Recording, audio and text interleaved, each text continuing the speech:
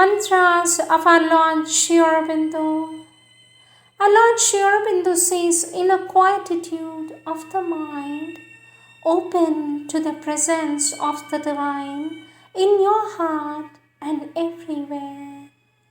In a still mind and heart, the Divine is seen like the sun in still water. With always my love and blessings, says our Lord. With always our love and blessings, says our Lord Sri Aurobindo.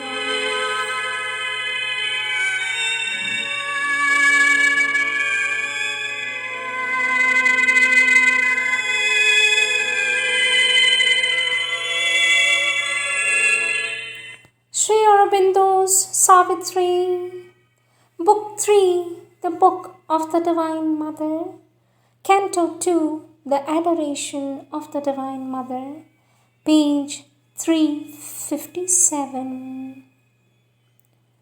Thus was a seed cast into endless time. A word is spoken, or a light is shown. A moment sees the ages toil to express.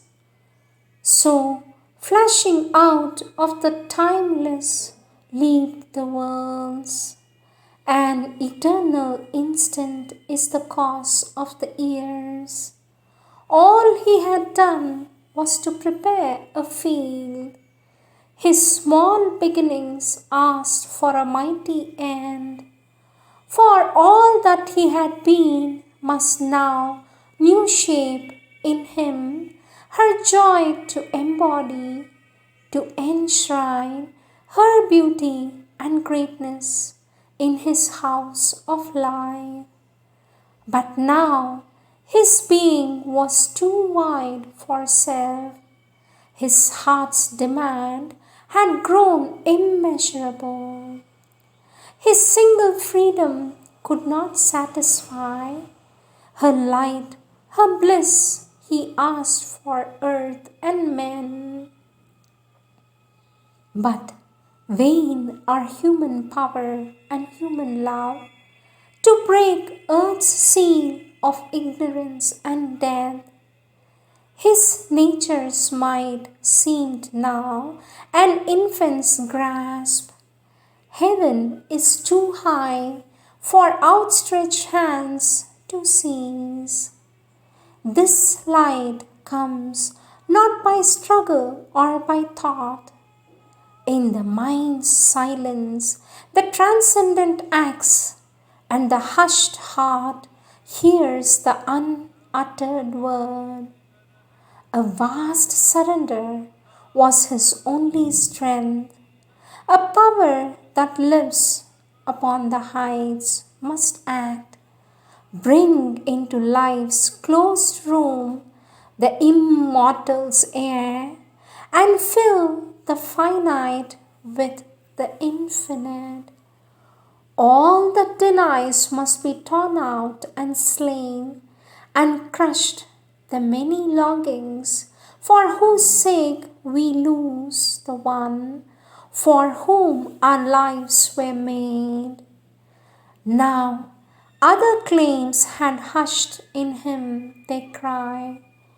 Only he longed to draw her presence and power into his heart and mind and breathing frame. Only he yearned to call forever down her healing touch of love and truth and joy into the darkness of the suffering world.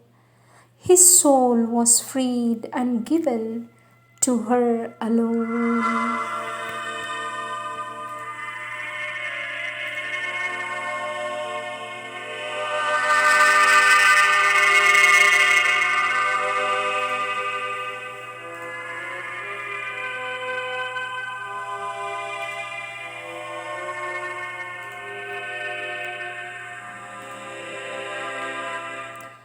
24th November 1926, Siddhi Day or the Day of Victory. our Lord Sri Aurobindo experiences the descent of Lord Krishna into his body. He explains the descent of Krishna would mean the descent of the overmind Godhead, preparing, though not itself actually bringing, the descent of supermind and Ananda. Words of our Lord Sri Aurobindo, taken from the book Letters on Himself and the Ashram. Topic: the realization of 24th November 1926 under the second section Sadhana in Pondicherry. Subtopic: descent of the overmind.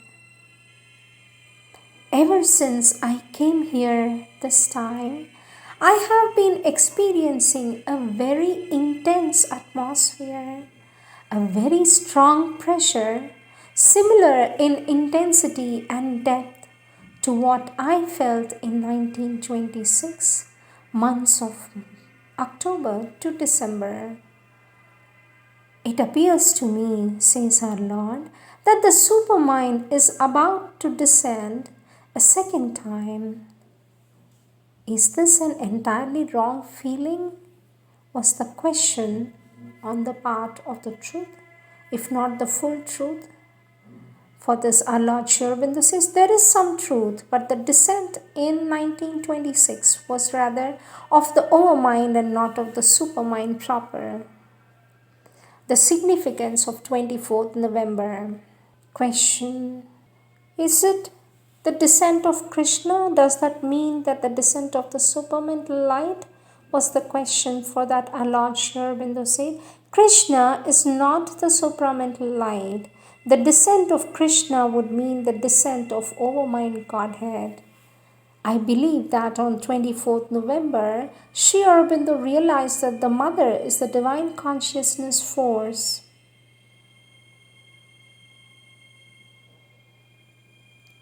Question: why are we observing the 24th as a special day? For this, our Lord Sri Aurobindo says, it was the descent of Krishna into the physical. What happened on the 24th has prepared the possibility of the descent, and on that day, our Lord Sri Aurobindo retired into seclusion and entered into deep and powerful meditation. Some of the reminiscences of 24th November 1926.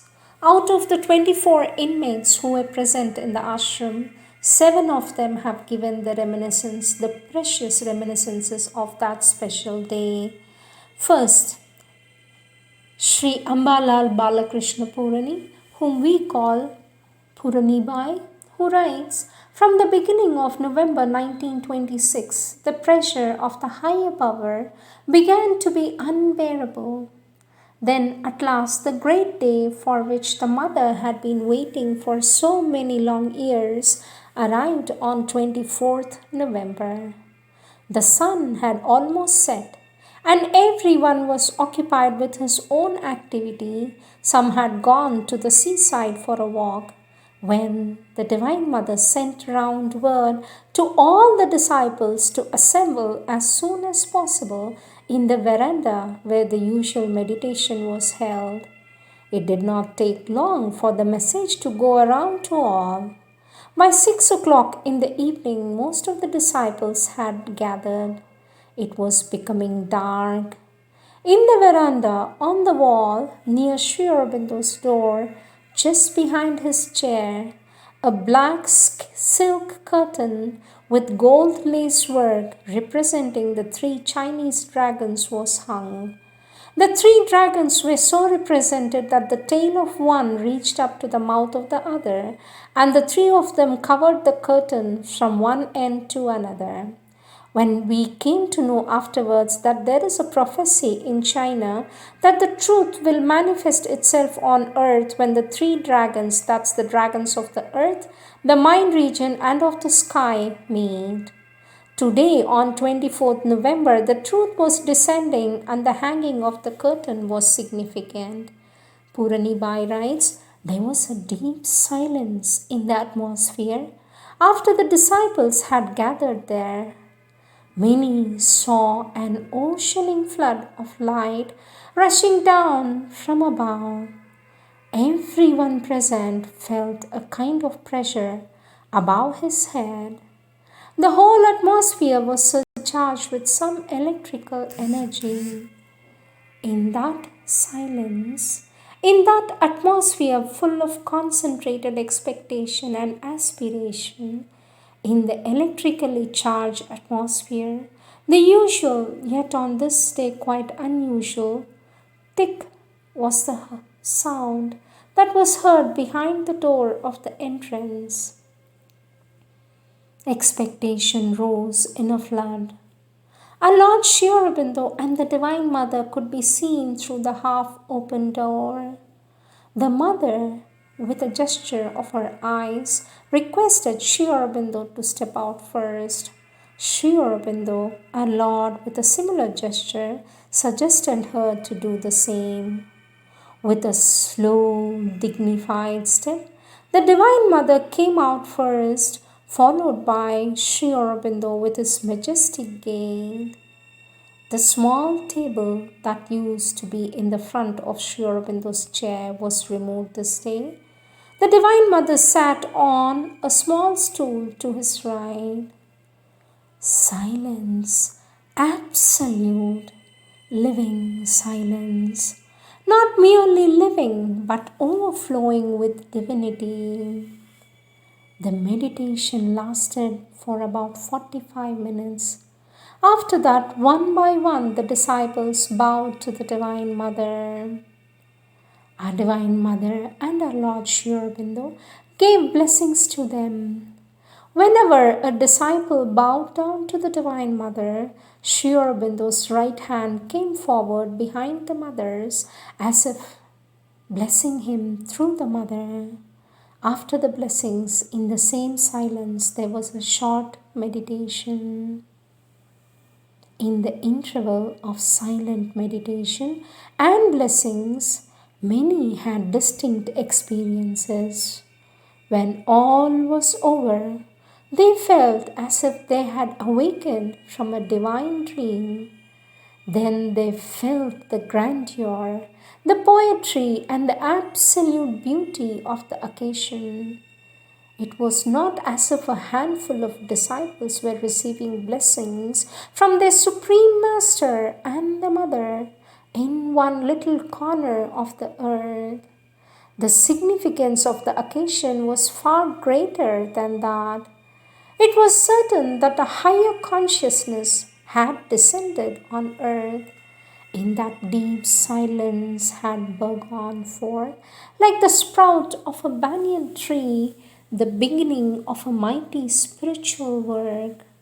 This momentous occasion carried its significance to all in the divine dynamism of the silence, in its unearthly dignity and grandeur, and in the utter beauty of its every little act. The deep impress of divinity which everyone got was for him a priceless treasure. Sri Aurobindo and the Divine Mother went inside.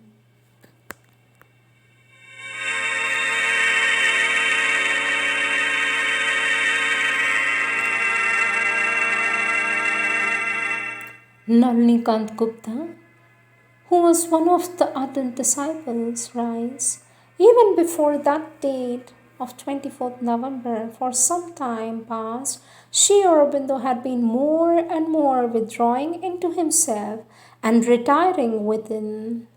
An external sign of this became visible to us as his lunch hour shifted gradually towards the afternoon. We used to have our meal together, and the Divine Mother too ate with us. There used to be about 8 or 10 of us. On the previous day, Sri Aurobindo came down to lunch. When it was past 4, we would naturally wait till he came. Then the great day arrived. In the afternoon, it was in fact already getting dark. All of us had gone out as usual. I was in the seafront. Someone suddenly came running at a full speed and said to me, "Go, get back at once. The Divine Mother's calling everybody." I had not the least idea as to what might be the reason. I came back running and went straight up to the veranda. Sri Aurobindo used to take his seat there in the evening for his talks with us, or rather for answering our questions. As I came up, a strange scene met my eyes. Sri Aurobindo was seated in his chair, and the Divine Mother sat at his feet, both of them with their faces turned towards us. I looked round to see if all were present. Satyan was missing and then said, "Satyan had not come. Shall I call him?" The mother spoke out, "Yes, all. All were called in. Everybody was now present." We took our seats before our Lord Sri Aurobindo and the Divine Mother, both of whom were facing us. The whole scene and the atmosphere had a heavenly halo. Sri Aurobindo held his left hand above the mother's hand, and his right hand was extended to us in benediction. Everything was silent and still, grave and expectant. We stood up one by one and went and bowed at the feet of our Lord Sri Aurobindo and the Divine Mother. After a while, both of them went inside. Datta, who had been among us, suddenly exclaimed at the top of her voice, as though an inspired prophetess of the old mysteries, "The Lord has descended. He has conquered death and sorrow. He has brought down immortality."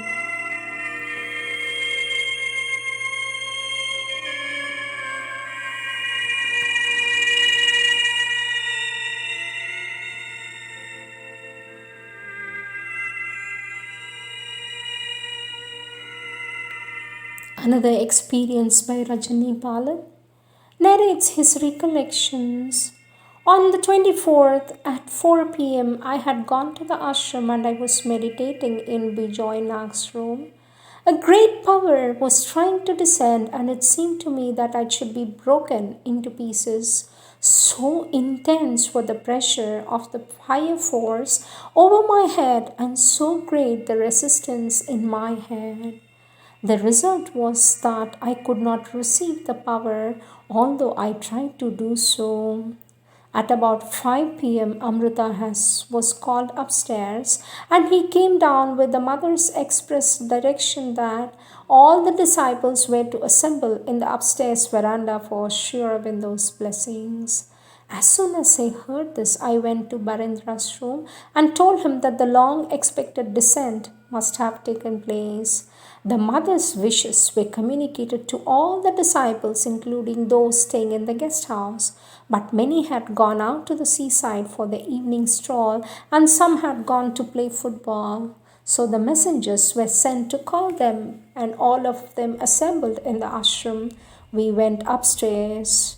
On the wall, the central door was hung a black silk curtain with a Chinese dragon in gold lace work. The bent wood chairs in which we used to sit for meditation were all removed and replaced by mats spread on the floor. Absolute silence prevailed, and the veranda was full of spiritual light. Automatically, we got into a state of meditation, waiting for the arrival of the Master. A few minutes after, at about 7 p.m., the door behind the curtain opened, and the Mother and the Master appeared. The Master with his majestic gait, and the Divine Mother in her queenly bearing. The Master was dressed in a silk dhoti and chadar, and the Divine Mother in a silk sari. The Master took a seat in his usual low cushioned chair, and the Divine Mother on his footrest, which was placed on this day a little to the left. The Master looked absolutely grand, omniscient, omnipotent, Samrat, as if the Emperor of the universe, head lion-like, eyes wide open, as if looking from far beyond. detached yet supporting the entire universe, absolutely powerful yet compassionate and kind to all, the Supreme Godhead, absolutely Swarat, one who had conquered himself entirely, had established his Ananda and light in every part and cell of his body from the head to the foot, his whole body radiating light and love and bliss to all the creation. The Divine Mother was the embodiment of love, compassion, purity, beauty, youth, grace, and rhythm. She looked majestic, her beaming eyes full of compassion for the creation, Mother of the universe, Shakti of the Master. It was a very auspicious day, since on this day, Sri Krishna, who is the Anandamaya, supports the evolution, descended into the physical.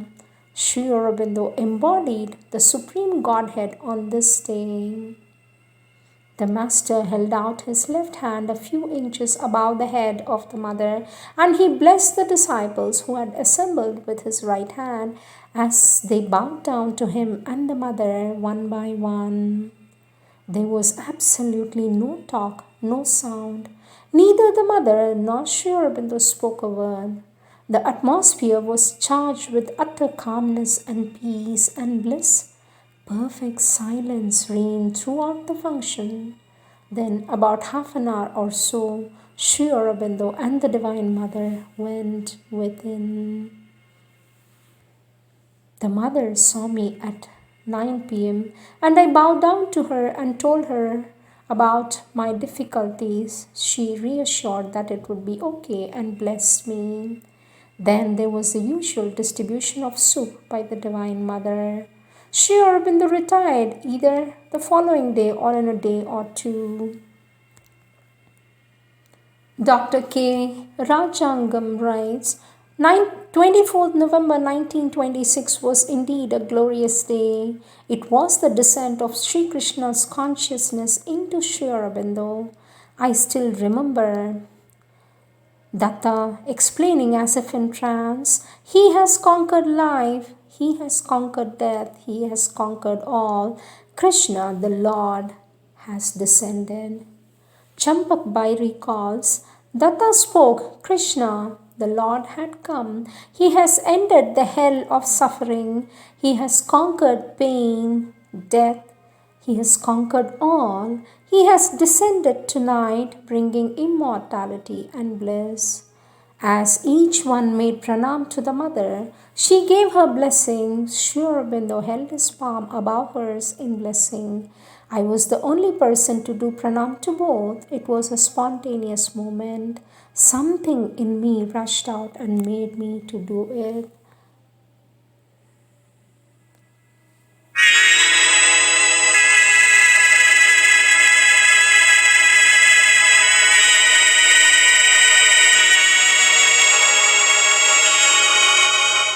And finally, we came to Mother's own recollections about the eventful date.